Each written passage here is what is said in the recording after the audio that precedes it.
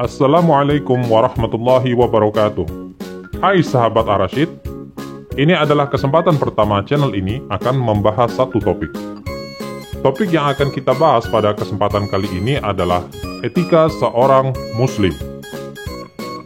Rasulullah Shallallahu Alaihi Wasallam telah memberikan kita contoh-contoh etika yang seharusnya ditiru. Ada banyak etika-etika yang bisa kita pelajari dari Rasulullah Shallallahu Alaihi Wasallam. Pada kesempatan kali ini, kita akan membahas 3 jenis etika seorang muslim, yaitu yang pertama, etika tidur dan bangun, kedua, etika buang hajat, dan ketiga, etika berpakaian dan berhias. Baiklah, mari kita bahas satu persatu.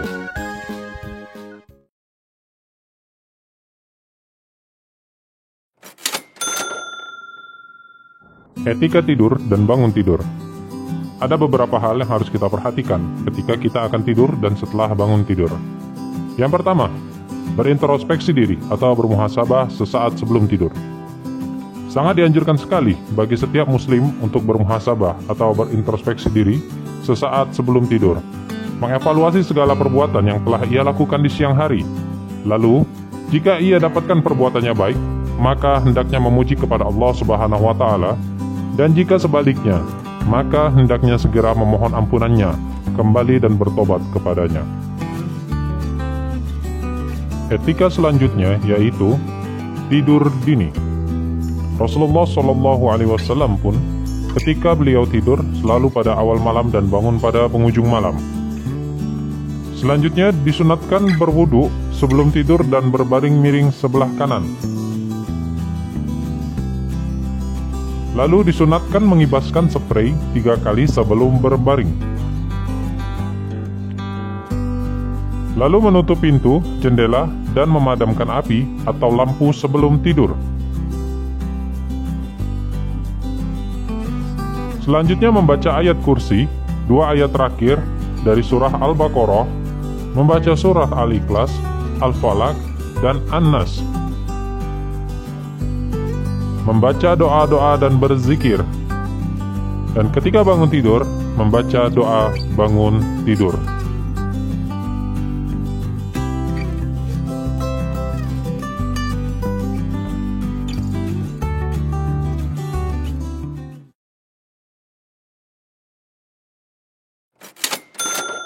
Etika adab buang hajat.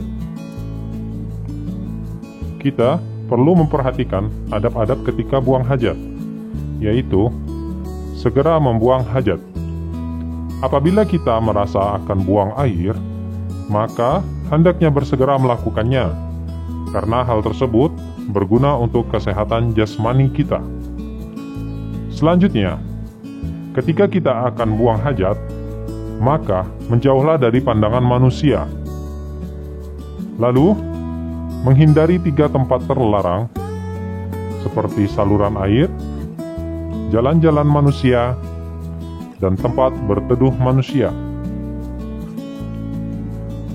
Ketika kita buang hajat, kita tidak terlalu mengangkat pakaian kita, agar aurat kita tidak terlihat. Tidak membawa sesuatu yang mengandung penyebutan nama Allah Subhanahu wa Ta'ala. Hal ini karena tempat buang hajat, WC atau serupa, merupakan tempat kotoran dan hal-hal yang najis. Dan di situ setan berkumpul, dan demi untuk memelihara nama Allah dari penghinaan dan tindakan meremehkannya. Selanjutnya, dilarang kencing di air yang tergenang atau tidak mengalir. Lalu, dianjurkan kencing dalam keadaan duduk. Sekalipun demikian, seseorang dibolehkan kencing sambil berdiri dengan syarat badan dan pakaian aman dari percikan air kencingnya dan aman dari pandangan orang lain kepadanya. Selanjutnya, makruh berbicara di saat buang hajat kecuali dalam keadaan darurat. Lalu, disunatkan masuk ke WC dengan mendahulukan kaki kiri dan keluar dengan mendahulukan kaki kanan. Selanjutnya, mencuci kedua tangan sesudah menunaikan hajat. Itulah beberapa hal yang perlu kita perhatikan ketika kita akan membuang hajat.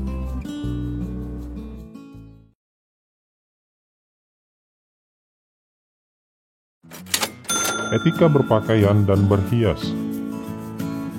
Kita perlu memperhatikan beberapa hal saat kita akan berpakaian ataupun berhias. Disunatkan untuk kita memakai pakaian baru, bagus, dan bersih.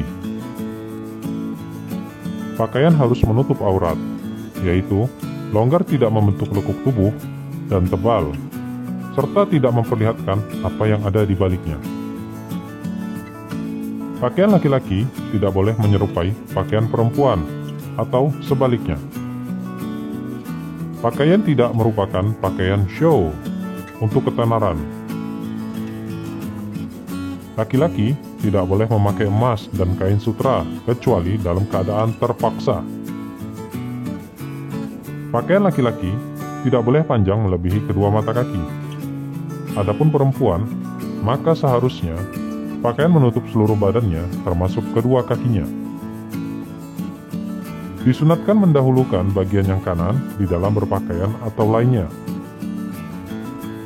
Disunatkan memakai pakaian berwarna putih. Disunatkan menggunakan parfum bagi laki-laki dan perempuan, kecuali bila keduanya dalam keadaan berihram untuk haji ataupun umroh, atau jika perempuan berada di suatu tempat yang ada laki-laki asing atau bukan mahramnya. Tidak dibolehkannya perempuan untuk memasang tato, menipiskan bulu alis, memotong gigi supaya terlihat cantik, dan menyambung rambut. Itulah beberapa hal yang perlu kita perhatikan dalam berpakaian maupun berhias.